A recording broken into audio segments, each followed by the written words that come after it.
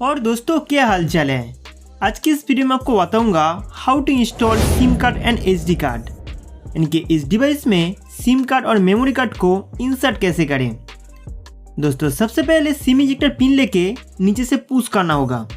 उसके बाद SIM tray थोड़ा बाहर आएगा, तब इसे निकाल लेना। इस सिम ट्रे में आप दोनों साइड पे 2 नैनो सिम सेटअप कर सकते हैं। एसडी कार्ड इंस्टॉल करने का कोई जगह नहीं दी गई है, इसमें केवल आप 2 साइड पे 2 नैनो सिम डाल सकते हैं। अगर आपको एक्स्ट्रा स्टोरेज चाहिए तो पेन ड्राइव इस्तेमाल करना पड़ेगा।